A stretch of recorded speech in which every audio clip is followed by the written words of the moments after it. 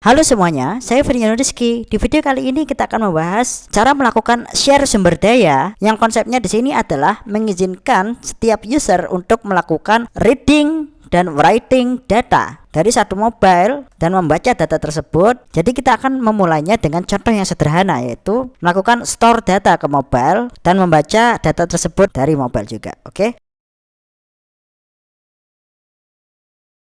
Jadi di sini kita awali dengan menambahkan plain text. Oke. Dan pada teks kita hilangkan saja teman-teman. Dan pada hint, contohnya saya akan memberikan enter your name.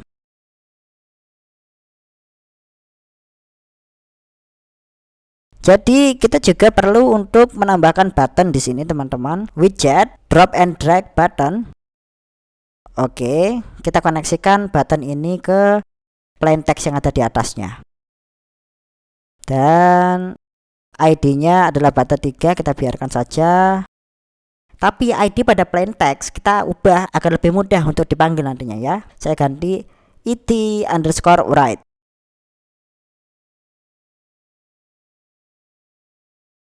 Dan untuk button, oke lah kita rubah juga teman-teman, yaitu contohnya btn_write.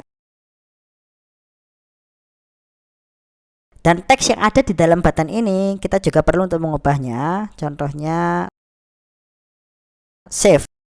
Jika seorang user menginputkan sebuah nama di sini dan kemudian klik tombol save ini, maka value akan di-store ke dalam mobile device, oke?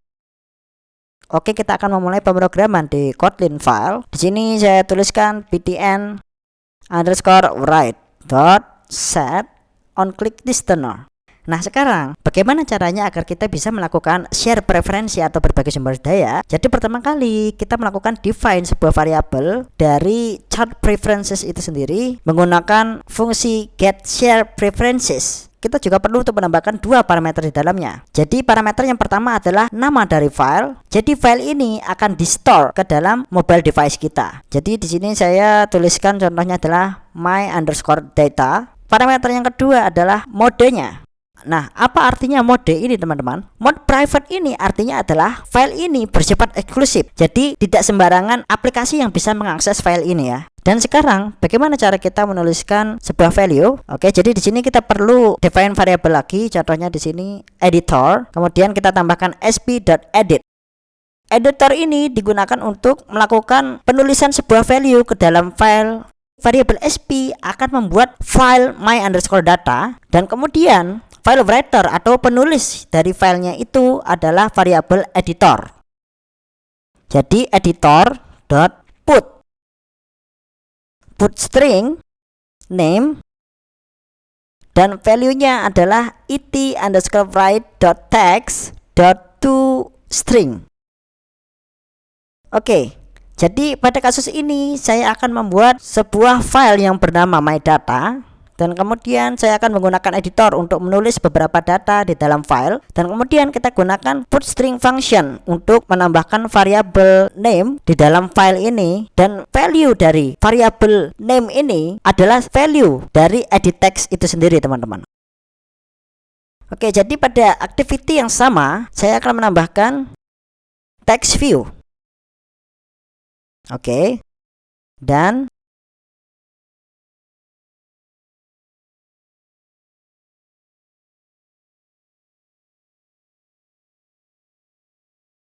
ID-nya saya ubah yaitu tv_read ya. Jadi text view ini akan membaca value dari dalam file yang kita buat tadi ya. Dan kemudian kita tambahkan satu button lagi. Oke. Mari kita koneksikan button ini ke pojok dan kemudian koneksikan ke text view. Oke. Jadi di sini ID-nya saya ubah btn_read dan teks atributnya saya ubah menjadi read. Oke, sekarang mari kita berpindah ke file Kotlin kita. Pada file Kotlin ini saya tuliskan btn_read.set onClickListener. Oke, jadi bagaimana cara kita bisa membaca sebuah value dari sebuah preferences? Jadi di sini saya perlu sebuah objek, yaitu variabel sp ini teman-teman, untuk membaca sebuah value, sebuah file.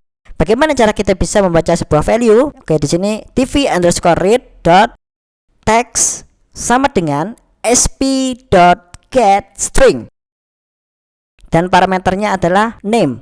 Jadi artinya di sini adalah saya akan menggunakan variabel sp untuk membaca sebuah value dari dalam my data file ini melalui variabel name. Jadi saya akan membaca value melalui variabel name ini dan kemudian akan melakukan print value tersebut ke text view. Oke, jadi di sini saya juga perlu parameter default value yang artinya adalah jika program tidak menemukan apapun di dalam file, maka akan melakukan return empty string. Mari kita jalankan program ini dan kita lihat hasilnya pada emulator ini teman-teman.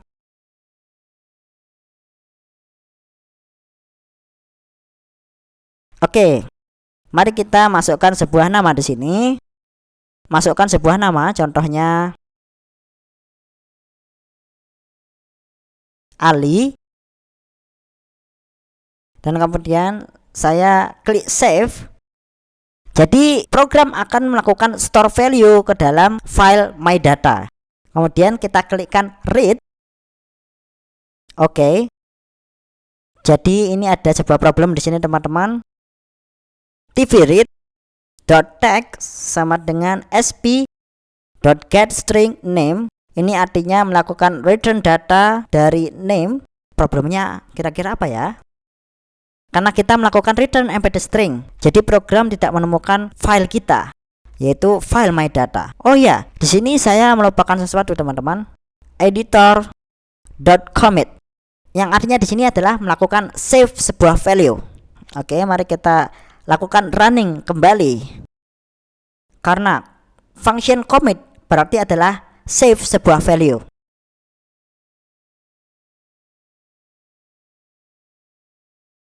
Lagi kita klikkan nama yang sama seperti yang sebelumnya.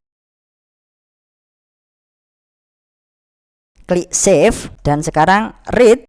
Nah, seperti yang teman-teman lihat di sini kita sudah berhasil menampilkan value ke text file. Dan kemudian button read ini akan melakukan reading sebuah value di dalam file kita. Oke, jadi inilah akhir dari video kita. Kita sudah membahas sharing preferences atau sharing sumber daya. Bagaimana cara kita bisa melakukan sebuah store value dan read value dari mobile device. Oke, sampai jumpa di video berikutnya.